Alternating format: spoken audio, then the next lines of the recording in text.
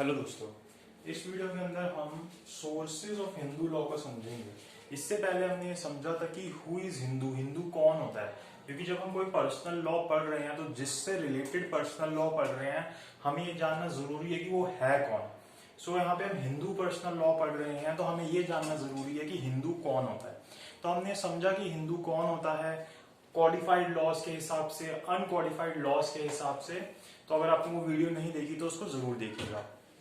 अब हम आते हैं कि जो हिंदू लॉ है उसके सोर्सेज क्या हैं। कोई भी पर्सनल लॉ होता है उसके सोर्सेज होते हैं, मतलब वो कहां से आया, वो किस तरीके से एग्जिस्टेंस के अंदर आया, उसको हम उसके सोर्सेज बोलते हैं। तो ऐसे ही हिंदू लॉ जो है उसके भी सोर्सेज हैं। इसको हम दो तरीके से क्लासिफाई कर सकते हैं। एक होता है हमारी एंशियंट सोर्सेज और एक बोलते हैं मॉडर्न सोर्सेज, या फिर एंशियंट को हम ओरिजिनल सोर्सेज बोल सकते हैं और मॉडर्न को सेकेंडरी सोर्सेज बोल सकते हैं हिंदू लॉ के।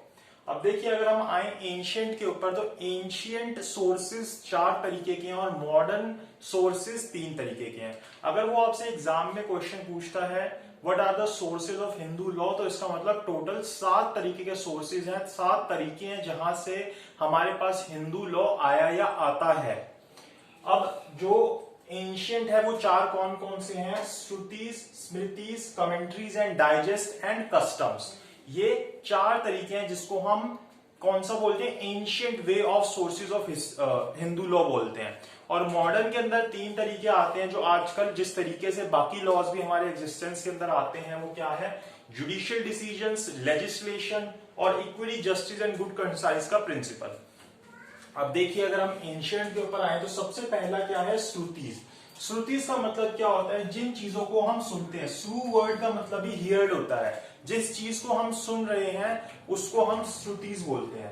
तो जो हमारे वेद थे या जो वेद हैं वो किस तरीके से आगे बढ़े? वो श्रुतिज के फॉर्म में आगे बढ़े कि अगर किसी को कोई वेद याद होता था तो आगे पूरा का पूरा वेद उस दूसरे व्यक्ति को याद कराता था। तो सुनने के तरीके से ये वेद आगे चले थे। इनकी कोई भी लीगल सिग्निफिकेंस नहीं है क्योंकि यहां कहीं पे भी स्टेटमेंट ऑफ लॉज नहीं है। अब हमारे इसके अंदर अगर हम देखें तो कितने तरीके की श्रुतिज हैं? तो हमारे पास 3 तरीके की श्रुतिज आती हैं, वेदास, वेदांगास और उपनिषद। ठीक है। अब वेदास कितने तरीके के हैं? ऋग्वेद, यजुर्वेद, सामवेद और अथर्ववेद। अब इसमें क्या क्या होता है वो हम अलग से डिस्कस कर सकते हैं। ऐसे वेदांगास होते हैं जो वेद हैं इनके अपेंडिसेस हैं, मतलब इसके बाद ये जब हो गए थे वेद, इनके बाद पीछे लिखे गए इनके 6 टोटल वेदांगास हैं। और इसी तरीके से उपनिषद हैं। उपनिषद जो होते हैं, उपनिषद जिनको बोलते हैं, ये जिनको हम वेदांता भी बोलते हैं, जो कंक्लूडिंग पोर्शन होते हैं वेद के, जो वेद लिखे गए उनके कंक्लूडिंग पोर्शंस को हम उपनिषद बोलते हैं। तो इस तरीके से हमारे श्रुति से आपको इतना ही जानना जरूरी है। बाकी डिटेल के अंदर अगर समझना होगा तो हमें अकेले अकेले इन टॉपिक्स को समझना पड़ेगा। फिर दूसरा अगर हम देखें सोर्स कौन सा है? स्मृतिज।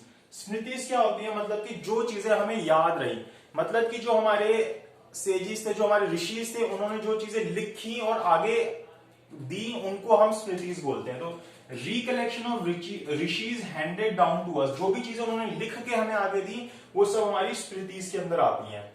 तो ये क्या है? एक तरीके के लॉज है, प्रिसेप्ट्स हैं, ठीक है, जिसके ऊपर कोई भी डिस्प्यूट नहीं है, जिसकी अथॉरिटी पे कोई डिस्प्यूट नहीं है कि हाँ ये लिखे गए या नहीं लिखे गए, सही अथॉरिटी में लिखे या नहीं लिखे।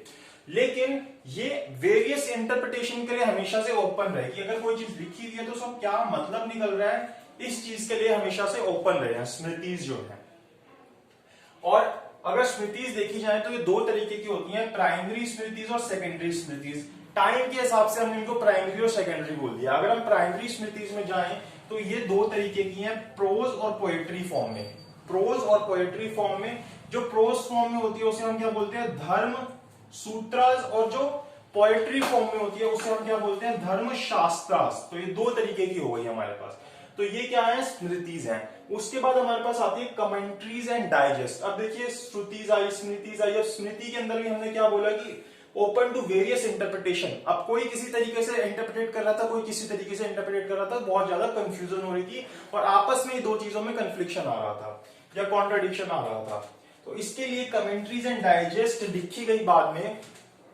कमेंट्रीज मतलब कि जो वर्सेस होते हैं इनके अंदर उनको एक्सप्लेन किया गया जो बातें, जो भी वर्सेस इसमें लिखी गई उनको एक्सप्लेन किया गया, जो कि बहुत सारे टाइप की, अगर हम नाम ले तो बहुत सारे टाइप की कमेंट्री एग्जिस्ट करती है, लेकिन जो फेमस है वो कौन सी है, दया, धागा और मिताक्षरा। ये आप देखते होगे, आपने सुना भी होगा इनके बारे में।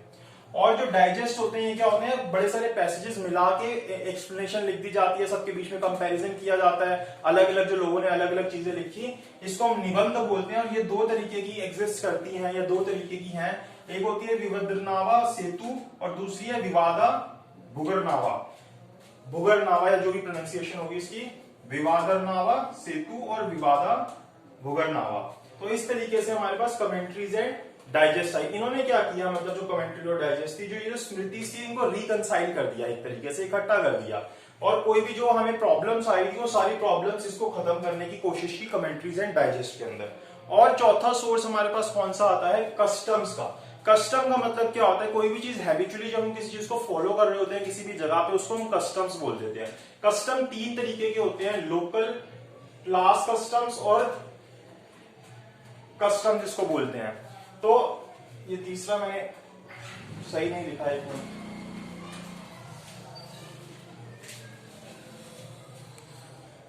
तीसरा आता है फैमिली कस्टम्स।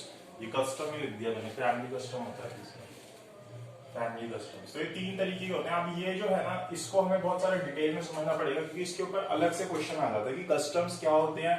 बहुत सारे अलग अलग लोगों ने अलग अलग डेफिनेशन दी इसकी, क्या इसकी क्लासिफिकेशन होती है, इसके एसेंशियल्स क्या है। तो उसके लिए हम एक अलग से नेक्स्ट वीडियो जो है पूरी कस्टम्स के ऊपर ही बनाएंगे कि कस्टम का मतलब क्या होता है, कस्टम की वैल्यू क्या होती है और कस्टम के एसेंशियल्स क्या होते हैं। वो सारी चीजें हम वहां पे समझेंगे। हमें बेसिक समझ आ गया कि कोई भी चीज जब हैबिचुअली किसी चीज में चल रही होती है तब हम उसको कस्टम्स बोल देते हैं। तो ये चार तरीके हैं हमारे एंशिएंट वे के अंदर।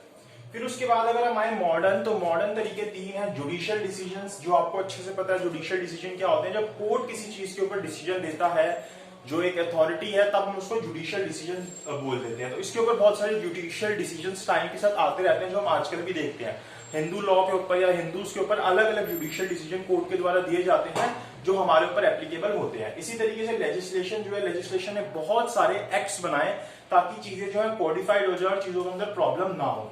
मतलब अगर आप देखोगे तो 15 से 20 एक्ट ऐसे हैं जो सिर्फ हिंदू लॉ के ऊपर, हिंदूज के ऊपर एप्लीकेबल होते हैं। लेकिन हमारे को जो मेन पढ़ने होते हैं वो चार ही पढ़ने होते हैं, जो एग्जाम के अंदर ज्यादातर पूछे जाते हैं। Hindu marriage act, Hindu succession act, Hindu adoption and maintenance act, Hindu guardianship act. इस तरीके के जो चार एक्ट हैं ये हमें देखने होते हैं।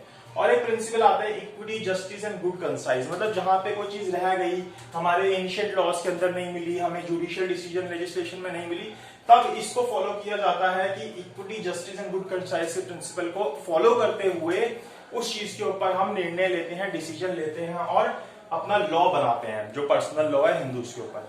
इसी तरीके से जब हम मुस्लिम सोर्सेज के ऊपर आएंगे, तब हम वहां पे भी डिस्कस करेंगे कि मुस्लिम जो लॉ है उसके सोर्सेज क्या हैं और किस तरीके से होता है, क्योंकि यही दो लॉज पढ़े जाते हैं, हिंदू और मुस्लिम, क्रिश्चियन या बाकी सब हमारे एग्जाम्स में आते नहीं है।